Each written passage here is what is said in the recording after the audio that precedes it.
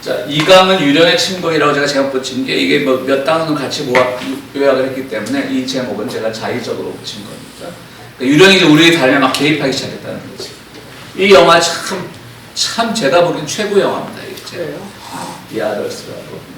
나중에 이 뒤에 가서 하겠고요. 이거는 이강은 좀 짧게 하겠습니다. 영화는 안 봐요 여기서? 예? 영화를 보고 와서 이제 규진 씨가 한번 하기로 했어요. 이번엔 저기 누구니까 누구 하기로 했죠? 우리?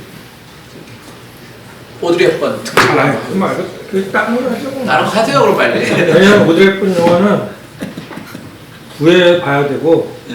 별로 재미도 없는데 그 당시엔 재밌었겠죠. 지금 예. 보면 재미없거든요.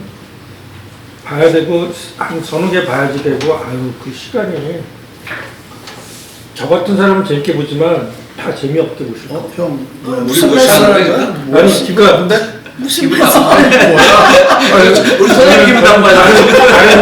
다른 시각으로 보기 때문에 재밌는데 진실은 상처받아요. 이거. 보통 사람이 보기엔 정말 재미도 없고 옛날에는 오드리 헵번이 이뻤지만 지금 보면 그저 그렇습니다. 그런 사람도 숱한데 안 그래. 그럼 뭐 곡성 같은 거 봐요? 한번 하세요. 이제 그때 당해줘. 다른 네, 거 한번 택하셔가지고 우리 있으면 미리 알려주면 우리가 미리 보고 내가 또 파일 없는 분들을 위해서 제가 또 해주고. 이 유령에 대해서는 잘 모르지만 이 유령이 영화로 많이 나왔잖아요. 디아더스도 유령 영화고. 그 저기 식센스. 저 식센스도 있고 뭐 그런 것 중에 가장 좋은 식센스급으로 굉장히 몽랜드 드라이브. 타격이 큰 그게 뭐예요? 영화들이 많이 있겠죠. 잘 모르겠지. 촬영을 하죠. 가져오세요. 식센스 같은 것도 많이 있고 아까 얘기했던 그 여러 개 유령 분류 중에 역사적 그 유령. 자기 아니 한 사람인데 둘로 나오는 거 있잖아요. 지킬 박스 하이드도 있지만 페르소나 비슷하게. 평소에 그 마디 나블이라고 해서 두 개로 존재해가지고 네. 그런 것도 그런 영혼 유령도 있고 그런 주제들이 그러니까 이 소설가들이나 이런 사람들이 픽션 만든 사람이 장난치기 제일 좋은 소재가 유령이에요. 알겠습니다.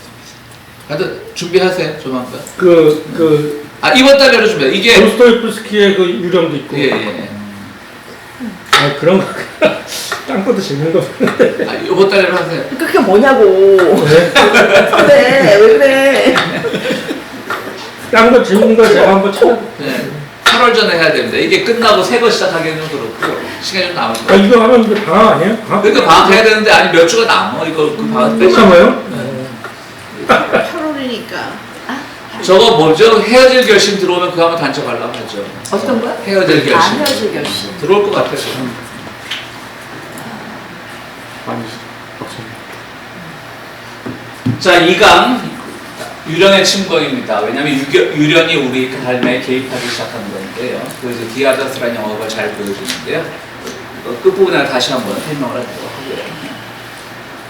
유령 이야기의 유형은 뭐 기적 이야기, 이 사람은 유형 나는 걸 좋아하더라고요. 이 클로드는 기이한 이야기, 교훈적 이야기 이렇게 이제 나누고 있습니다. 기적은 실제로 유령을 통해서 어떤 일어날 수 없는 일이 일어났다고 해서 결과론적이거든요. 기이한 이야기는 뭐냐면 근데 이제 라틴어는 비슷하더라고요. 그 미라클로스인가 뭐 그때서 미라클에서 나온 말인데 좀 조금 다르게 형용사로 쓰인 게 있더라고요. 라틴어로. 그런데 이제 이거는 뭐 어떤 기적으로 결과물로 나타난 것은 아니지만 어떤 현상이 너무 신비해서 이제 기이한 이야기, 교훈적 이야기는 주로 이제 천주교 사제들이 많이들 강론을 하면서 썼던 그런 교훈적 이야기까지 있고요. 이 용어를 나누고 있습니다. 그런데 11세기 이후에 오면서 그때까지 전에 들은 얘기들 누가 그랬대더라 그리고 과거의 이야기들 뭐 나 어릴 때 우리 동네에 어떤 할머니가 유령을 봤대더라 이런 식의 얘기였다면 11세기 이후에 티트마르 본 헤르제 메르제 브루클리노 청어였다.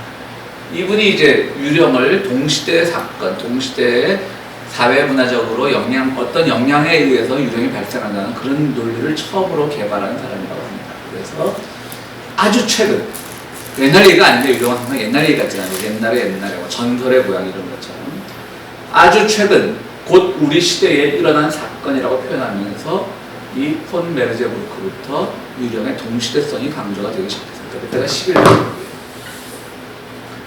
11세기 이후 유령의 전성시대가 열렸던 거예요. 동시대성으로. 많은 뭐 경험을 하게 되면서 이제 많은 사람들이 내가 어저께 봤어. 그런데 그 마을에 무슨 뭐 홍수가 있었다든가, 뭐 베트남 전쟁도 동시대성이겠죠.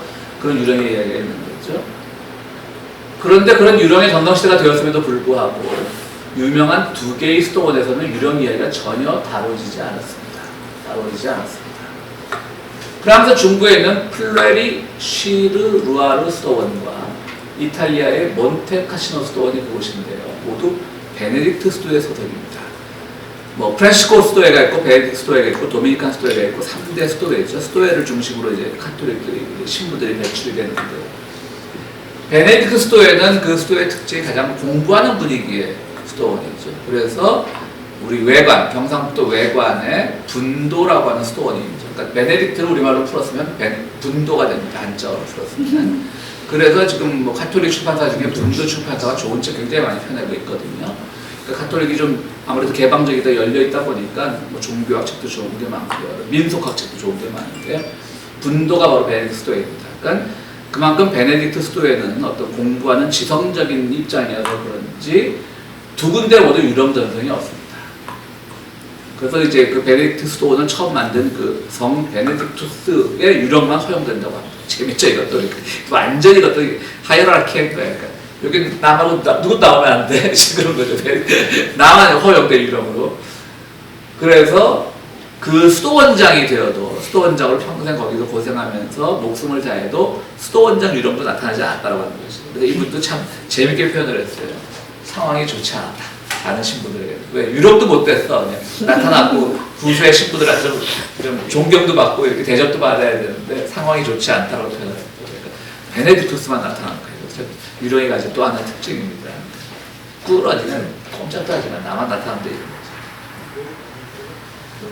교회, 그리고 이제 또 하나 특징은 그냥 하나의 민담 비슷하게, 민간 전선 비슷하게 내려오고 약간의 교훈적인 이야기가 유령 이야기의 중심 주제였다면 11세기부터는 교회 개혁 이데올로기가 필요한 경우 유령의 숫자가 늘어나는 수도의 경우가 일반적 현상이었다고 합니다.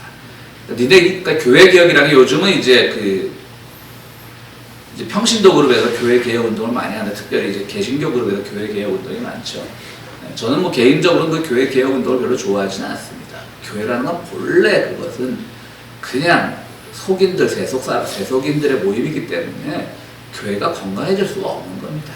나는 진짜 건강한 교회라 하면 거기서 메시지가 좋아야 되는데 만약에 어떤 교회가 뭐 그냥 윤리적으로 뭐 예를 들어 뭐 세습 안 하고 뭐 그냥 입출금 정확하고 당연히 정확해야 되겠지만 뭐 그러고 그걸로만 뭐 잘하면 그 교회가 좋은 교회인가? 근데 목사는 맨날 뭐 윤석열 만세 설교만 한다고 그건 건강한 교회 아니거든요.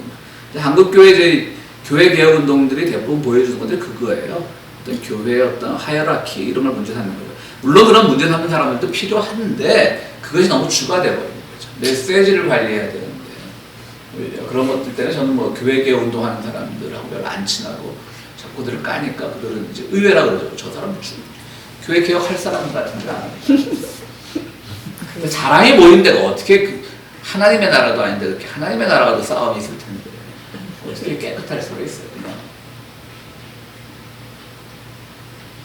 근데 이제 그 당시 이제 중세 교회 개혁은 누가 했냐면 오히려 실권자들, 교회 개혁을 가지고 있는 사람들이 했던 것이죠. 그러니까 아무래도 그때 평신도의 그 힘이라는 게 없을 때니까 너네 좀 더 잘 믿어야 돼. 이런 신앙 엉망이야. 지금과 다른 거죠. 지금 목사들이 겁주는 거죠. 그렇게 뭐 신앙생활에서 뭐 천국 가겠어. 11조 더 해야지 뭐 이런 식으로 하는 그런 게 중세의 교회 개혁 운동이었다는 거죠. 이렇게 교회가 하이라키에서 제일 정점에 있는 교회가 이제 좀 더 신앙생활 잘해라. 이런 것들을 강조하는 게 이제 교회 개혁 운동의 일환이었는데요. 그때 이제 그런 경우가 이데올로기가 필요하면 막 유령들을 모아들이는 거예요. 어느 유령이 대충 뭐 저기 11조 안 하고 뭐 카톨릭 교회에서 11조가 그 당시 있었는지 모르겠습니다. 어쨌든 헌금 제대로 안 하고 미사 제대로 안 드리고 말이야 맨날 땡땡이 치다가 유령이 됐는데 지금 완전히 그 유령 하는데 어젯밤 꿈에서 봤는데 완전히 아주 비참한 얼굴을 하고 있더라 이런 얘기를 막 만들어내는 거죠. 이제 수도원이나 교회에서. 그게 당시의 일반적인 현상이었는데 베네딕트 수도의 소속인 뭐 베네딕트 수도에도 마찬가지였겠지만 그 중에 그 두 군데 교회 수도원은 유령 전통을 허용을 안 했다는 거죠. 그러니까 이제 이성적으로 접근한 건 좋은데 나는 이제 지 혼자만 크고 싶었던 거지. 베네딕투스 유령이. 나만 나타나면 돼. 이랬었던 거죠.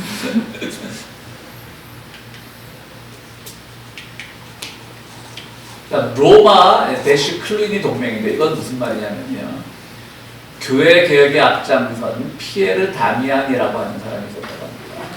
클루니라고 하는 수도원이에요. 사람 이름은 피에르 다미안이까지고요. 클루니는 수도원 이름입니다. 수도원정은 유령 이야기의 교훈을 세 가지로 정리합니다.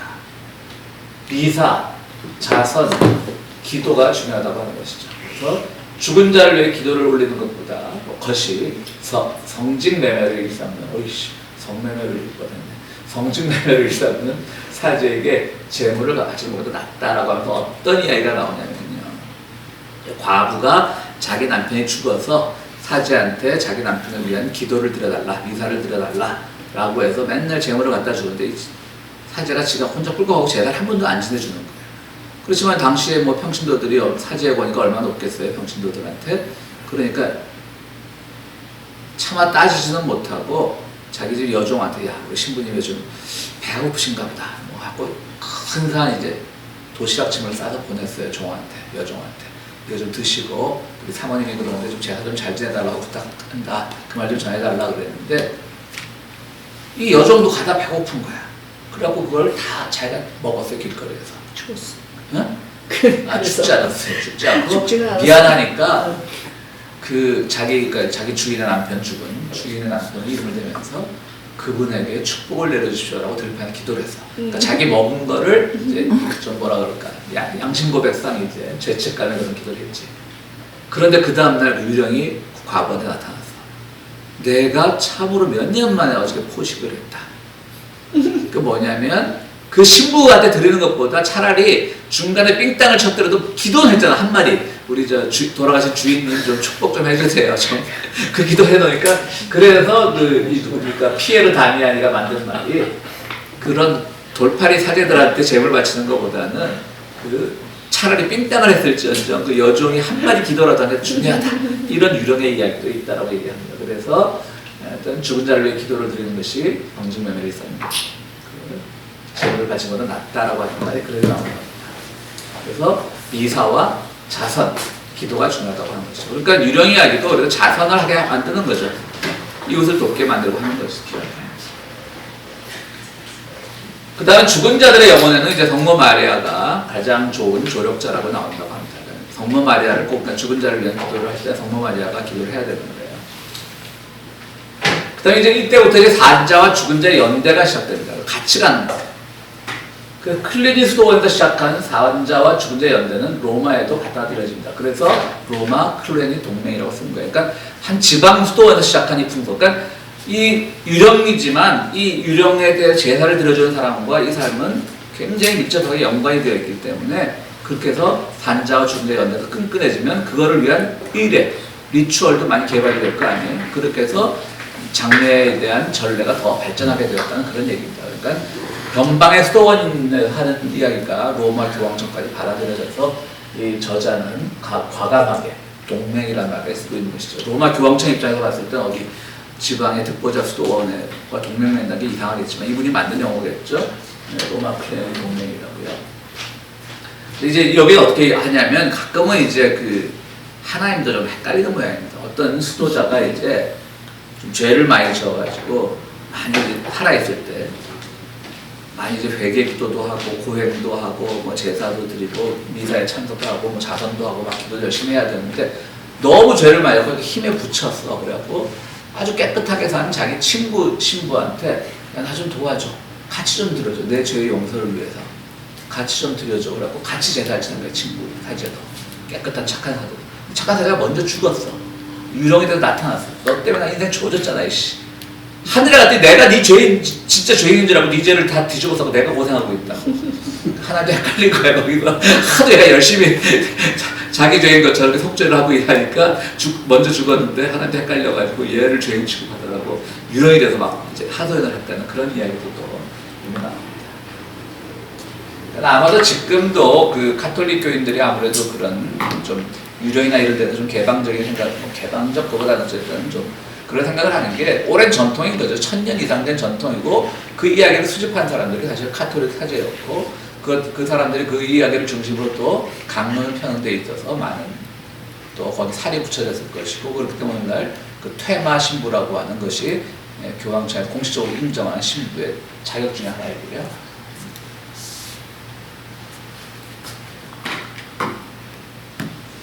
그 현대 유령 이야기 중요한 것은 이렇게 제가 생각해봤습니다.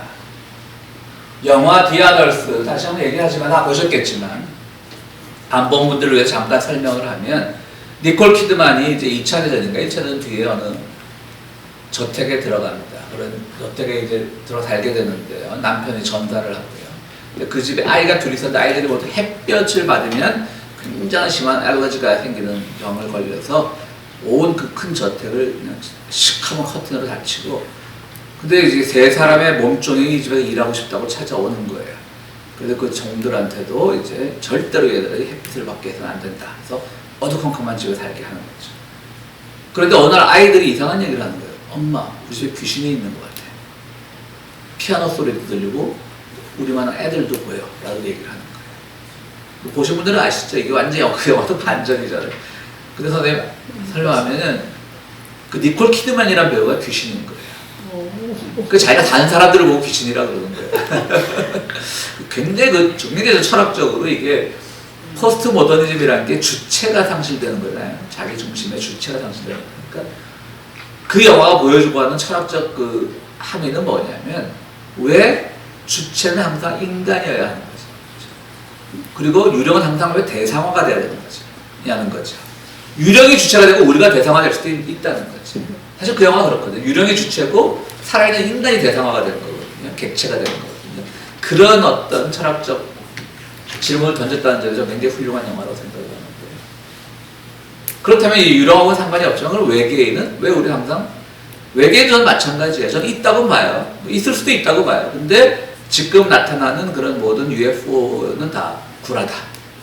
왔으면 착륙을 해줘요. 착륙을 안 해. 그 멀리서 뛰어난 기술 가지고 하는데 착륙 기술은 없나? 그렇다면 이제 외계인도 우리가 항상 주체적으로 보는데 그래서 제가 얼마 전에 쓴 글에도 제가 좋아하는 SF 영화 중에 하나는 바로 컨택트인데요. 그 테르 창의 원작의 컨택트인데 그거 완전 인문학이야. 그건 SF가 아니야. 거기서도 그들이 이제 주체가 되는 거죠. 그러니까 이런 영화일까요? 우리가 유령을 공부하면서 단순히 뭐 무서운 이야기 소름 끼치는 이야기, 등골이 오싹해지는 얘기가 아니라 한번 이런 생각을 해보자는 거죠. 유령이 있고 없고를 떠나서 유령이 있다면 그들도 주체가 될 수 있는데 왜 우리 항상 인간 중심적 사고를 하냐는 거죠. 그리고 유령을 이제 이런 말을 많이 써요. 제가 이제 검색을 해봤어요. 알라딘 전자 그 서점에서 엄청나게 많은 책이 있어요. 근데 뭐 반은 동화고요. 그러니까 동화인데 왜 이렇게 유령 이야기가 많지? 그 유령을 이제 이데올로기 의미로 많이 쓰는데 긍정적인 것도 있고 부정적인 의미도 있는데요. 제가 찾아본 건 다 긍정적인 의미 같아요. 가장 유명한 칼 막스가 쓴 지금 유럽에는 하나의 유령이 배회하고 있는데 공산주의라는 유령이다. 그때 유령은 이제 공산주의가 이제 유령처럼 이 유럽 사회를 다 지배하게 될 것이라는 어떤 기대 섞인 전망을 이렇게 유령이라고 표현하고 있죠. 근데 이제 우파들이 책 쓰는 거 보면 잘못 베껴가지고 그게 이제 공산주의 유령과 같이 무서운 것이라고 해석하는 사람들도 있더라고요. 그 다음에 김선우라고 소설도 쓰고 시도 쓰는 데가 제일까지 아니라 좋아하는 작가 중에 하나 있는데 이분 이제 원효의 이야기를 해서 발원, 그러니까 자기 소원을 드러내는 거죠. 발원이라는 두 권짜리 장편 소설이 있는데요. 굉장히 재밌게 읽었는데요. 시도 많이 써요. 먼저 읽어본 시는 아니고 제가 이제 검색을 해서 찾아본 겁니다. 내 따스한 유령. 김선우는 그 시도 읽어보지 않았지만 유령이 따스하다는 얘기겠죠. 그 다음에 우리 인형의 집으로 유명한 입센의 희곡 중에서도 또 유령이 있더라고요. 근데 이제 읽어보지 못했지만 아까 잠깐 리뷰를 보니까 그 인형의 집은 좀 여성이 다시 가정으로 돌아가는 좀 전근대적인 내용이잖아요. 그런데 그 입센의 유령은 그 인형의 집의 속편격이다. 다시 여성이 주체성을 찾는 과정이다. 그런데 거기서는 좀 약간 부정적으로 쓰였더라고요. 근데 아버지의 그런 못된 그런 무슨 불륜 이미지 이런 것들이 자식들에게 이렇게 유령처럼 남아있는 약간 그런 의미더라고요. 뭐 우리가 오스카 와일드의 유명한 그 캔터빌의 유령이 있고요. 또 에르베 기베르라고 하는 그 유럽의 그 칼럼 쓰는 분인데 유령 이미지라고 하는 사진 수필집, 사진 에세이집을 낸 게 있더라고요. 이건 한번 사보고 싶더라고요.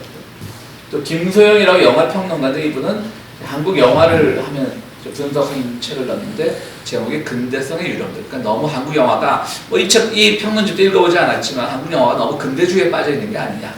좀 저는 뭐 읽어보지 않았지만 그런 말이 맞는 것 같아요. 한국 영화가 좀뭐 근대적이란 말은 교훈적이란 말이거든요. 한국 영화가 좀 근대적이지 않은가 그런 생각도 해봅니다. 그러니까 유령이라는 이미지가 그러니까 양가적으로 다 쓰이는 것 같아요. 하나는 부정적인 이미지도 있고 하나는 긍정적인 이미지도 있고 왜 긍정적으로 어떻게 쓰이냐 귀신인데 그런데 아까 말했듯이 항상 우리가 유령을 타자화시켰던 데도 반성이 있는 거죠. 유령도 우리 삶의 일부분일 수 있다는 거죠. 그런 생각을 해봤습니다.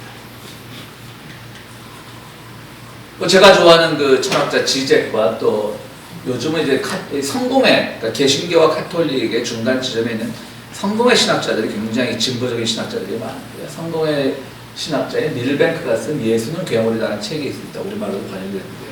책 제목 자체가 재밌죠. 예수는 괴물이다.